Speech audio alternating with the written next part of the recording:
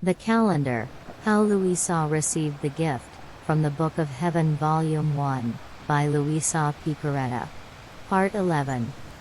When about 40 days had passed, which I had taken as such from those words that the Lord had said, for a certain given time, and which I had related to the confessor in this way, the sufferings continued to surprise me every day, and he was forced to come every day. The confessor began to give me the obedience no longer to be in that state, and he added that if I fell into sufferings, he would come no more. On my part, I felt absolutely ready to do the obedience. My nature especially wanted to be freed of that being in bed continuously, because as beautiful as it was always bed. Having to be subjected to everyone, even in the most repugnant and necessary things of nature, and being forced to tell them to others, is a true sacrifice.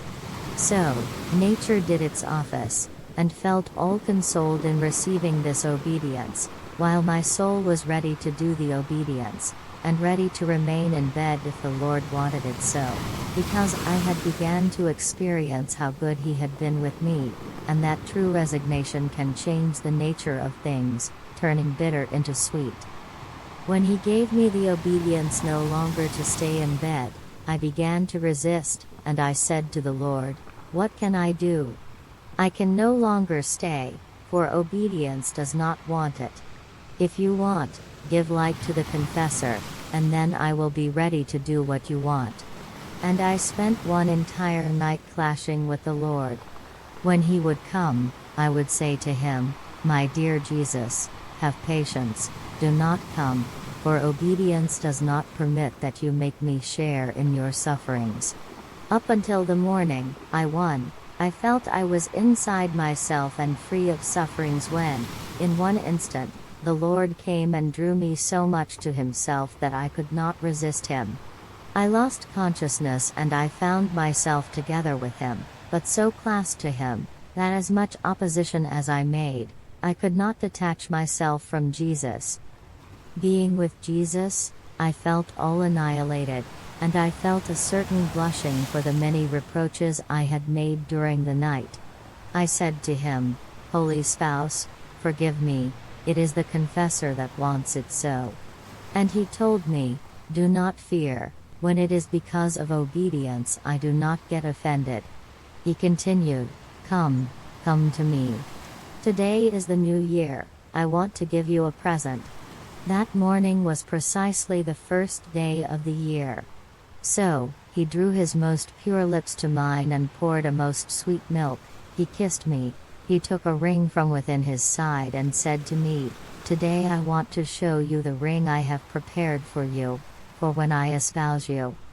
Then He told me, "Tell the confessor that it is my will that you continue to stay in bed, and as a sign that it is I, tell him that there is a war between Italy and Africa, and if he gives you the obedience to continue to suffer, I will not do anything on either side, they will reconcile."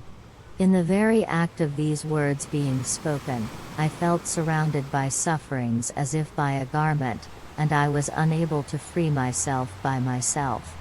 I thought to myself, "What will the confessor say?" But it was no longer in my power.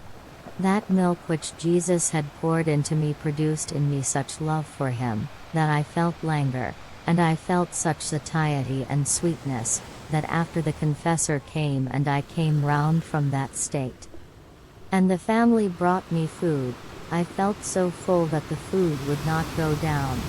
But in order to do the obedience, which wanted it so, I took a little bit, and I was immediately forced to bring it up, but mixed with that sweet milk that Jesus had given me.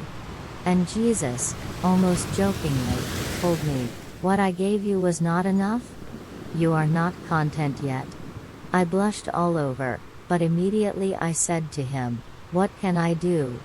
It's the obedience." When the confessor came, he began to get upset, telling me that I was disobedient, or he would say to me, "This is an illness. If it were something from God, He would have made you obey. Therefore, instead of calling the confessor, you should call the doctors." When he finished speaking, I told him everything that the Lord had said to me, which I mentioned above, and he told me that it was true that there was a war between Africa and Italy. We'll see if nothing happens.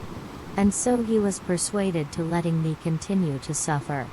One day, after about 4 months, the confessor came and told me that news had arrived about the war between Africa and Italy, and that without causing any damage to each other, they had reconciled. So the confessor was persuaded, and he let me stay there in peace. My sweet Jesus would do nothing but dispose me to that mystical marriage which he had promised me. When I was in that state, he would make himself seen sometimes 3 times a day, sometimes 4, as he pleased, and sometimes it was a continuous coming and going. He seemed to be a sweetheart who cannot be without his spouse. This is how Jesus was with me, and sometimes he reached the point of telling me, "You see, I love you so much that I cannot be without coming. I feel almost restless, thinking that you are there suffering for me, and you are alone. This is why I have come, to see if you need something." And while saying this, he himself would lift my head, he would place his arm around my neck and hug me, and while holding me like that, he would kiss me, and if it was summertime and it was hot, he would send a refreshing breath from his mouth, or he would take something in his hand and fan me. And then he would ask me, "How are you feeling? Don't you feel better?" I would say to him, "Being with you, in whatever way, one always feels well." Other times, then, if he saw me very weak because of my continuously being in those sufferings, especially if the confessor was coming at night, my lover Jesus would come, and in seeing me in that state of extreme weakness, to the point that at times I felt I was dying, he would draw near me and from his mouth he would pour milk into mine, or he would place me close to his side, and from there I would suckle torrents of sweetnesses, of delights and of strength. And he would say to me, "I really want to be your everything, and also your nourishment, for the soul and for the body." Who can tell what I experienced, both in the soul and in the body, from these graces that Jesus would give me? If I wanted to tell them, I would be too long. I remember that, sometimes, when he would not come quickly, I would lament to him, telling him, "Oh please. Oh, holy spouse, how could you make me wait so long? I could not resist any more. I felt I was dying without you." And while saying this, the pain I felt was such that I would cry. And he would compassionate all of me, he would dry my tears, he would kiss me, he would hug me, and say, "I do not want you to cry. See, now I am with you, tell me what you want." I would say to him, "I want nothing but you, and only then will I stop crying, when you promise me you will not make me wait for so long." And he would say to me, "Yes, yes, I will make you content." One day, while we were in this contrast, and the pain was so great that I could not stop crying, my good Jesus told me, "I want to content you in everything. I feel so drawn toward you that I cannot do without doing what you want. If up until now I have removed the external life from you and I have manifested myself to you, now I want to draw your soul to me, so that, wherever I go, you may come along. In this way, you will be able to enjoy me more, and bind yourself to me more intimately than you have done in the past."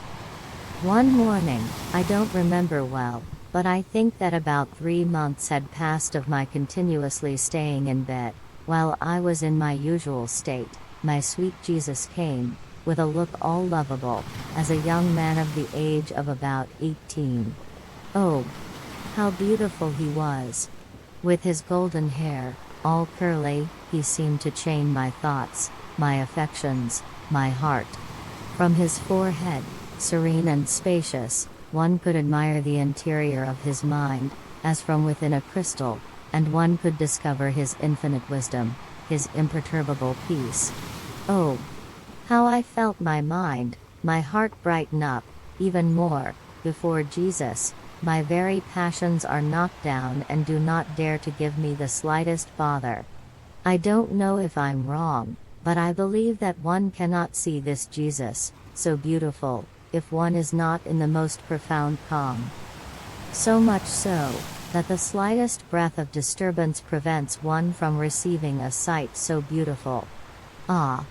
Yes, at just seeing the serenity of his adorable forehead, the infusion of peace that one receives in the interior is so great, that I believe that there is no disaster or war most fierce, which do not appease themselves before Jesus. Oh! My all and beautiful Jesus, if you communicate so much peace in the few moments you manifest yourself in this life, in such a way that one can suffer the most painful martyrdoms, the most humiliating pains with the most perfect tranquility, it seems to me a blend of peace and sorrow. What will it be like in paradise? Oh! How beautiful are his most pure eyes, sparkling with light. It is not like the light of the sun, that if one wants to look at it, it harms our sight. No, in Jesus, while being light, one can very well fix his gaze on it, and by just looking at the interior of his pupil, of a dark sky blue, oh! How many things they would tell me. The beauty of his eyes is such that one alone of his gazes is enough to make me go outside of myself, and run after him through paths and through mountains, through the earth and through the heavens. One single glance is enough to transform me in him, and make me feel a certain something divine descend into me.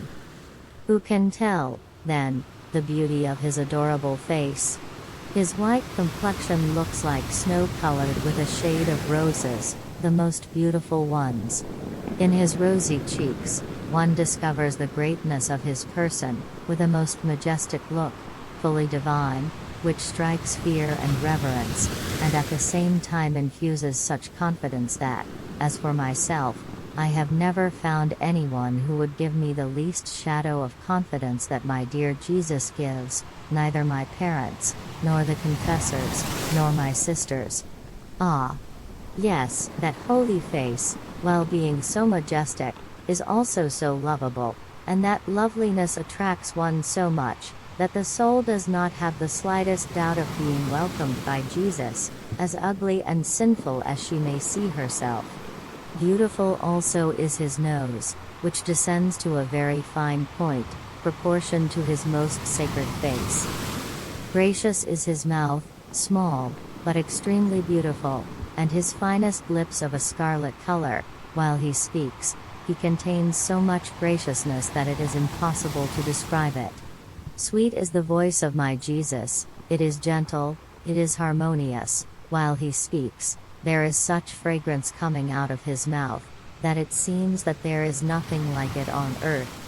It is so penetrating as to penetrate everywhere, one feels it descend from the hearing to the heart, and, oh! How many affections it produces. But who can say everything? Then, it is so pleasant, that I believe that no other pleasures can be found, as many as are the ones which one can find in one single word of Jesus. The voice of my Jesus is immensely powerful, it is operative, and at the very moment he speaks, he already operates that which he says. Ah!